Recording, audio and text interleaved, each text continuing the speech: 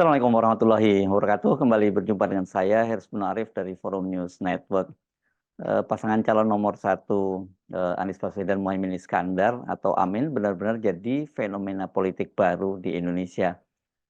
Hanya dalam hitungan menit, 3,5 juta tiket masuk ke Jakarta International Stadium yang akan digunakan untuk kampanye Akbar pada hari Sabtu 10 Februari 2024 itu sudah ludes, habis bis diserbu antrian para pendukung Amin. Antrian tiket elektronik yang ditawarkan di laman gors.co garis miring kumpul Akbar itu mulai pukul 11 lewat 11 menit hari Kamis 7 Februari itu ditawarkan melalui elektronik, melalui laman tadi ya, jadi dengan cara pendaftaran elektronik. Dan itu memang betul-betul langsung diserbu habis. Antrian pemesan tiket itu sangat panjang. Mereka harus menunggu atau waiting list itu selama 4 jam. Saya baca di kumparan.co, Niki, ini nama orang ya, co-founder Gors, itu mengungkapkan antrian tiket itu merupakan rekor baru, mengalahkan berbagai konser musik, termasuk grup band asal Inggris Coldplay yang pentas di Jakarta pada bulan November tahun 2023 lalu. Sebagai perbandingan, ketika konser Coldplay pada waktu itu ya, penjualan tiket sesi awal itu melalui loket.com hanya melayani 1,5 juta pemesan. Benar sih bahwa para penggemar Coldplay ini mereka harus membayar mahal untuk show-nya. Sementara untuk kampanye Amin kali ini gratis. Tapi tetap saja sebagai sebuah kampanye politik, ini jelas sangat dahsyat. Belum pernah terjadi sepanjang sejarah Indonesia ada kegiatan kampanye calon presiden itu yang mengundang daya tarik pendukung sampai jutaan orang. Barangkali kalau kita mau membandingkannya ini dari jumlah besar-besaran massa ya untuk kegiatan semacam itu mungkin itu hanya bisa disaingi aksi 212 pada tahun 2016. Namun saat itu kan karena tidak ada pendaftaran secara elektronik, maka jumlahnya itu ya tidak bisa pasti gitu, bahkan mengundang perdebatan gitu. Ada yang menyebutnya, ada yang mengklaim terlalu besar, tapi juga ada yang mencoba mengecil-kecilkannya.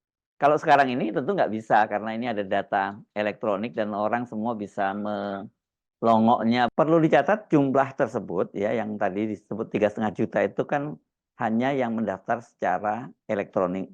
Sementara mereka ini kan banyak diantaranya orang seperti saya pun juga tidak familiar dengan sistem elektronik ya. Diperkirakan jumlahnya tidak kalah besarnya. Bahkan bisa jadi sangat mereka ini lebih banyak. Nah, apa bedanya mereka yang sudah berhasil mendaftar secara elektronik dan mereka yang tidak bisa dan belum mendaftar? Mendaftar secara elektronik ya, semuanya boleh datang.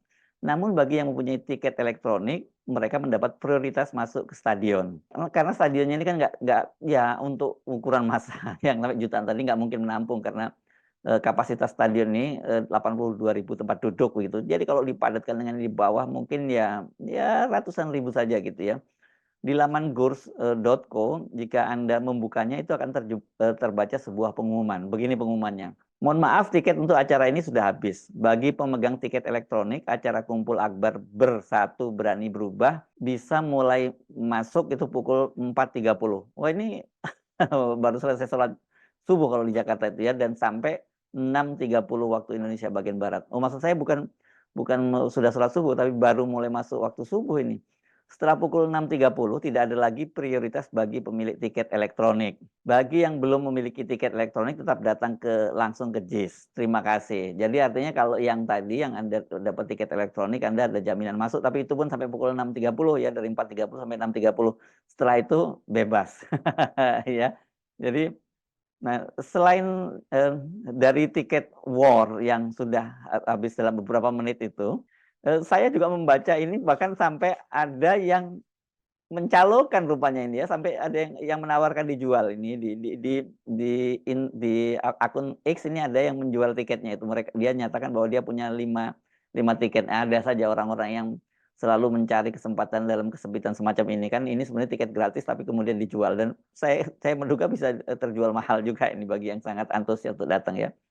Antusiasme pendukung Amin ini juga terlihat dari penuhnya hotel-hotel yang berada dekat dengan Jakarta International Stadium di kawasan Jakarta Utara. Pada hari ini, hari Rabu siang tanggal 7 Februari 2024, saya mencoba mengecek melalui salah satu platform untuk pemesanan hotel. Itu hampir semua hotel-hotel itu sudah penuh di book ya.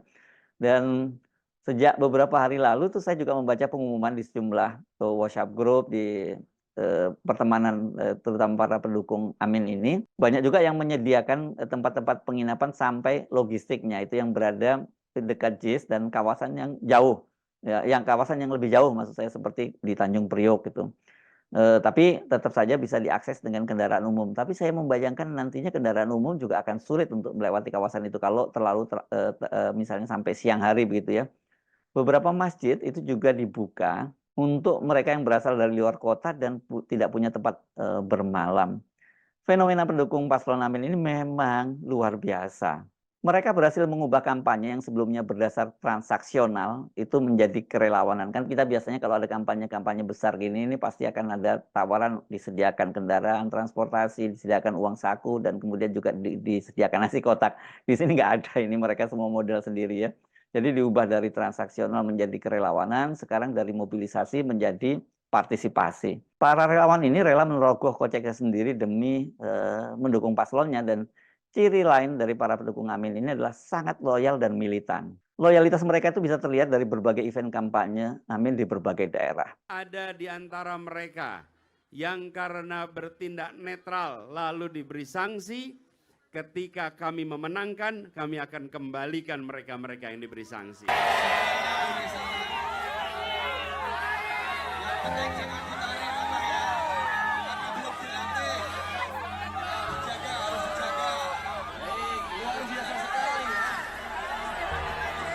Ya, semangat Yogyakarta memang istimewa Pak Anies. Ini demi perubahan di Republik Indonesia, berawal dari Yogyakarta yang istimewa.